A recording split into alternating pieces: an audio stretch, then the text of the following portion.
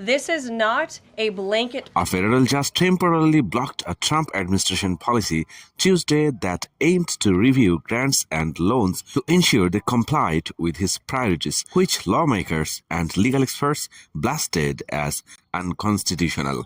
The lawsuit challenging the policy announced in President Donald Trump's second week back in office hit the docket less than 24 hours after news of the policy became public.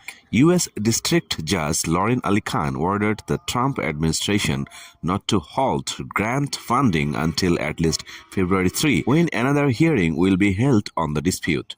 The judge said her temporary ruling was intended to maintain the status quo. It does not block the Trump administration from freezing funding to new programs or require it to restart funding that has already ended. A coalition of advocacy groups represented by Democracy Forward, the National Council of Nonprofits, fair benefits, assistance that is going directly to individuals will not the American be Public Health Association, the Main State Alliance, and SAGE Advocates for LGBTQ asked the court to block the policy to avoid catastrophic harm to people in various aspects of their lives. President Trump to offer 8-month buyouts to all federal employees. The Trump administration is offering buyouts to all federal employees who don't wish to return to work at the office. A White House official confirmed the offer outlined in a memo the U.S. Office of Personnel Management's employees Tuesday would give federal workers 8 months of pay and benefits through September if they resign by February 6. If you choose not to continue in your current role in the federal workforce, we thank you for your service to your country, and you will be provided with a dignified, fair departure from the federal deferred resignation program, the memo reads. The move, first reported by Axios, comes after President Donald Trump signed an order last week requiring all federal workers to return to in-person work.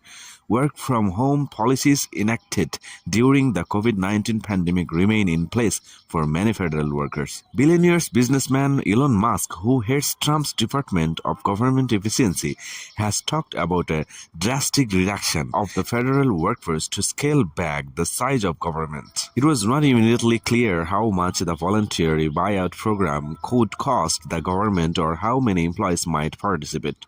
The federal government employs approximately 2 million people. Under federal guidelines, severance pay is offered only to employees who have worked at least 12 months of continuous service and were not let go for unacceptable performance or conduct. Employees who accept the buyout should promptly have their duties reassigned or eliminated and be placed on paid administrative leave until the end of their deferred resignation period.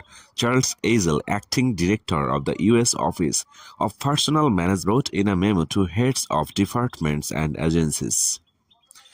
The American Federation of Government Employees, the largest federal employee union representing about 800,000 workers, slammed the buyout, noting the federal workers is about the same size as it was in 1970, even though more Americans rely on government services. This is not a blanket pause on federal assistance and grant programs from the Trump administration.